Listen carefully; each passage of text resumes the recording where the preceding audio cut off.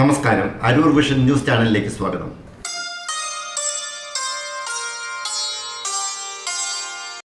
അരൂർ കുമ്പളങ്ങി പാലം നിർമ്മാണം തുടങ്ങി. ഏകദേശം 1.5 വർഷം കൊണ്ട് പാലത്തിന്റെ നിർമ്മാണം പൂർത്തിയാകുമെന്നാണ് പ്രതീക്ഷിക്കുന്നത്. അരൂർ കുമ്പളങ്ങി പാലം നിർമ്മാണത്തിനുള്ള പ്രാഥമിക പ്രവർത്തനങ്ങൾ ആരംഭിച്ചു. അരൂരിലെയും കുമ്പളങ്ങിയിലെയും ജനങ്ങളുടെ ദീർഘകാലമായുള്ള സ്വപ്നമാണ് ഇതിലൂടെ യാഥാർത്ഥ്യമാകുന്നത്.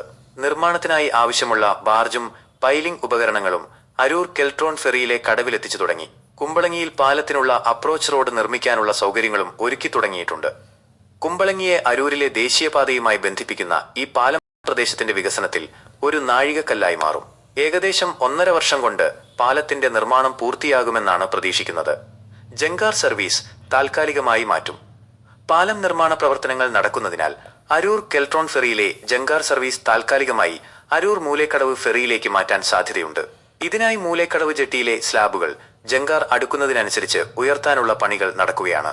ഈ ജോലികൾ പൂർത്തിയാകുന്ന മുറയ്ക്ക് ജങ്കാർ സർവീസ് അങ്ങോട്ട് മാറ്റുമെന്ന് ഫെറി സർവീസ് തൊഴിലാളികൾ അറിയിച്ചു.